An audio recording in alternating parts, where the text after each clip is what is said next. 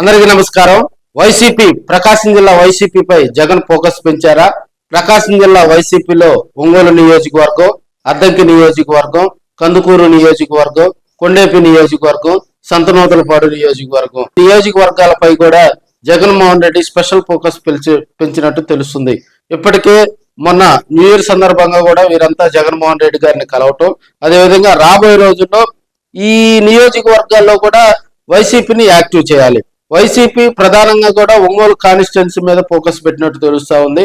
అదేవిధంగా ఒక కమ్మ సామాజిక వర్గానికి సంబంధించినటువంటి యంగ్ డైనమిక్ లీడర్ గా కూడా చుండూరు రవిని తీసుకొచ్చి మరి జగన్మోహన్ రెడ్డి ఒక సంచలన నిర్ణయం తీసుకున్నటువంటి పరిస్థితులు మనం చూస్తా ఉన్నాం.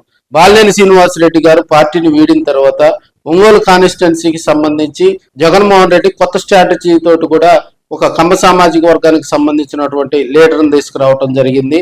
దాంట్లో ఆయన సక్సెస్ అయ్యారని కూడా మనం తెలియజేసుకోవచ్చు. ఇవి రెండు కూడా ఎస్సీ నియోజకవర్గాలు. సంతనూతలపాడు, కొండేపి నియోజకవర్గంలో వారిరువురు కూడా గతంలో మంత్రులుగా పనిచేయడం జరిగింది. సంతనూతలపాడు నియోజకవర్గానికి సంబంధించి 2019 నుంచి 2024 మధ్యలో మేరుగు నాగార్జున గారు కూడా మరి మంచి శాఖలు కూడా చేయటం జరిగింది. అదేవిధంగా కొండేపి నియోజకవర్గానికి సంబంధించి మంత్రి ఆదిమూలపు సురేష్ అయితే జగన్మోహన్ రెడ్డి గారి క్యాబినెట్ లో 5 years మరి ఫుల్ టైం మంత్రిగా కూడా ఆయన పనిచేసినటువంటి పరిస్థితులు చూస్తా ఉన్నాం.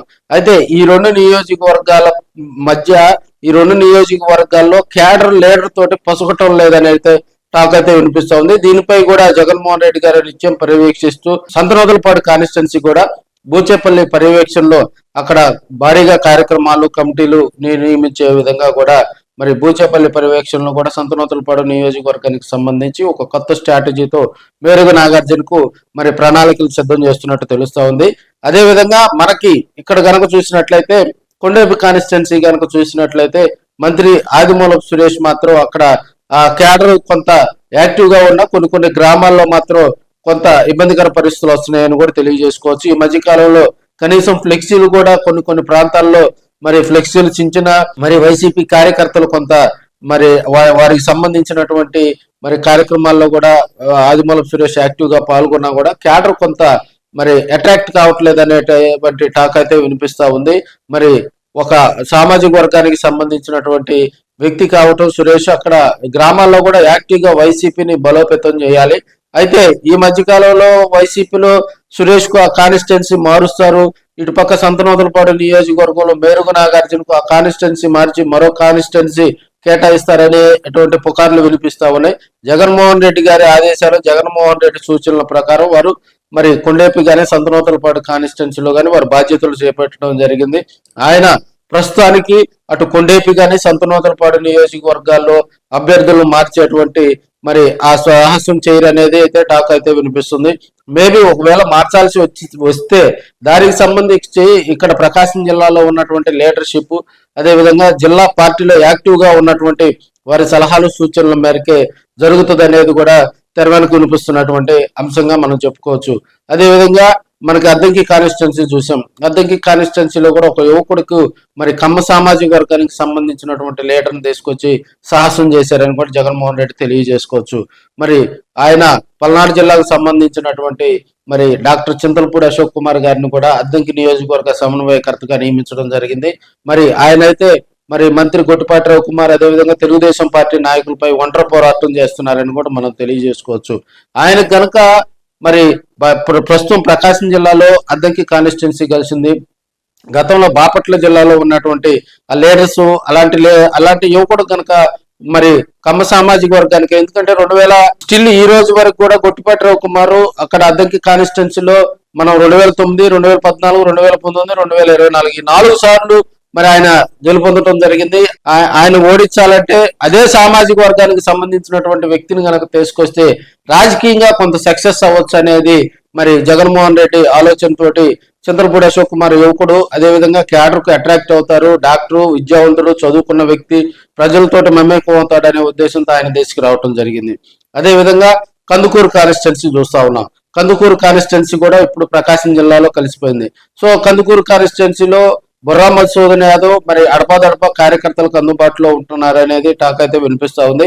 ఆయన గతంలో కనిగిరి ఎమ్మెల్యేగా పనిచేయడం జరిగింది. 2019 నుంచి 24 వరకు ఆయన ఎమ్మెల్యేగా అక్కడ పనిచేయడం జరిగింది. చివరి మినిట్ లో నియోజకవర్గాల మార్పుల్లో భాగంగా జగన్మోహన్ రెడ్డి ఆయన కందుకూరు ఇన్ఛార్జిగా కూడా మార్చి ఆయనకు 2024 ఎన్నికల్లో కందుకూరు టికెట్ ఇవ్వడం జరిగింది. కందుకూరు కాన్స్టిట్యున్సీలో కూడా మానుగుంట మైదర్ రెడ్డికి ఒక ప్రత్యేకమైనటువంటి క్యాడర్ ఉంది, బ్రాండ్ ఉంది. పెద్ద ఆయన దివంగత రాజశేఖర రెడ్డి గారు ఉన్నప్పటి నుంచి కూడా కాంగ్రెస్ పార్టీలో యాక్టివ్ గా అనేక కీ రోల్ పోషించినటువంటి మానుగుంట మైదర్ రెడ్డిని 2024 ఎన్నికల్లో పక్కన పెట్టడం వైసీపీకి అక్కడ పెద్ద దెబ్బే తగిలిందని చెప్పుకోవచ్చు. ఏదేమైనా క్యాస్ట్ ఈక్వేషన్స్ లో మైదర్ రెడ్డిని పక్కన పెట్టడం జరిగింది. బుర్రా మధుసూదన్ యాదవ్ 2024 అక్కడ బరిలో దించడంతో మరి అక్కడ వైసీపీ ఓటమి పాలైంది. కందుకూరు కాన్స్టిట్యున్సీ 2 సార్లు వైసీపీ గెలవటం జరిగింది. సో దానిపై కూడా స్పెషల్ ఫోకస్ పెట్టినట్టు తెలుస్తా ఉంది. అదేవిధంగా కనిగిరి నియోజకవర్గం చూసినట్లయితే ఒక యువకుడు జడ్పీటీసీని మరి డాక్టర్ దద్దాల నారాయణ యాదవ్ తీసుకొచ్చి ఒక నిర్ణయం తీసుకున్నారు జగన్మోహన్ రెడ్డి గారు. 2024 ఎన్నికల్లో దానికి సంబంధించి ముందుగా కూడా ఆయనకు మరి నియోజకవర్గానికి సంబంధించి ఇన్ఛార్జి బాధ్యతలు ఇవ్వటం, అక్కడ కొంత యాక్టివ్ గా చేసినప్పటికీ కూడా 2024 ఎన్నికల్లో ఆయన ఓటమి ముందు బాల్తా పట్టారని కూడా తెలియజేసుకోవచ్చు.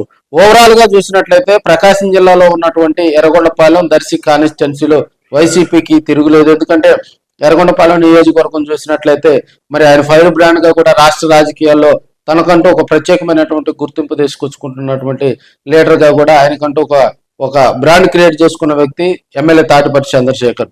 అదేవిధంగా దర్శి కాన్స్టిట్యున్సీ చూసినట్లయితే బూచేపల్లి శివప్రసాద్ రెడ్డి గారు మరి ఇప్పటికీ కూడా దర్శి కాన్స్టిట్యున్సీలో ఆయనకంటూ ఒక క్యాడర్ ఉంది. ఆయన తండ్రి బూచేపల్లి సుబ్బారెడ్డి గారు ఉన్నప్పటి నుంచి కూడా దర్శి మరి చేమకుర్తి, సంతనూతలపాడు కాన్స్టిట్యున్సీలో బూచేపల్లి కుటుంబానికి ప్రత్యేకంగా ఫ్యాన్స్ ఉన్నారు, అభిమానులు ఉన్నారు. వారు ఎటు ఉన్నా కూడా వారికి సపోర్ట్ చేసేటువంటి లీడర్షిప్ కూడా మరి ఆ కాన్స్టిట్యున్సీలో ఉంది. కాబట్టి దర్శి కాన్స్టిట్యున్సీలో 2024లో మనం చూసాం ఆయన స్వల్ప మెజార్టీ తోటి కూడా విజయ డంకా మోగించడం జరిగింది. అప్పటి నుంచి కూడా మరి ప్రకాశం జిల్లాకు పెద్దన్న పాత్ర పోషిస్తున్న వ్యక్తి, జిల్లా అధ్యక్షులుగా కూడా బూచేపల్లి శివప్రసాద్ రెడ్డి గారు కొనసాగుతూ ఉన్నారు. ప్రకాశం జిల్లాకు సంబంధించి అనేక వైసీపీ కార్యక్రమాల్లో కోటి సంతకాల సేకరణ సంబంధించి కూడా సక్సెస్ అయినటువంటి పరిస్థితులు మనం చూస్తూ ఉన్నాం. అయితే కొత్తగా కూడా అద్దంకి నియోజకవర్గం, ఒంగోలు నియోజకవర్గం, కమ్మ సామాజిక వర్గానికి సంబంధించినటువంటి నేతలకు జగన్మోహన్ రెడ్డి గారు కేటాయించడం, కమ్మ సామాజిక వర్గంపై కూడా వైసీపీ ప్రకాశం జిల్లాలో స్పెషల్ ఫోకస్ పెట్టినట్టు తెలుస్తా ఉంది.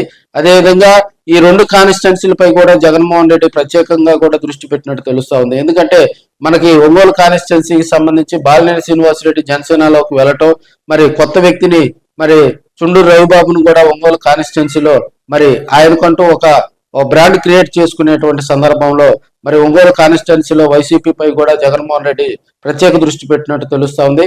అదేవిధంగా అద్దంకి వైసీపీపై కూడా ప్రత్యేకమైనటువంటి దృష్టి పెట్టి అక్కడ కొన్ని కార్యక్రమాల్లో యాక్టివ్ పాల్గొనేలాగా కూడా జగన్మోహన్ రెడ్డి నిరంతరం పర్యవేక్షణ చేస్తా ఉన్నారు. సో ఏదేమైనప్పటికీ ఈసారి 2029 ఎన్నికల్లో వైసీపీ గెలిపే లక్ష్యంగా కూడా ఆయన నియోజకవర్గంపై, ప్రకాశం జిల్లాపై కూడా జగన్మోహన్ రెడ్డి స్పెషల్ ఫోకస్ పెట్టినట్టు తెలుస్తుంది. రాబోయే రోజుల్లో మరి వైసీపీ ఏ విధంగా ముందుకు పోతుంది అనేది వెయిట్ చేద్దాం మరి.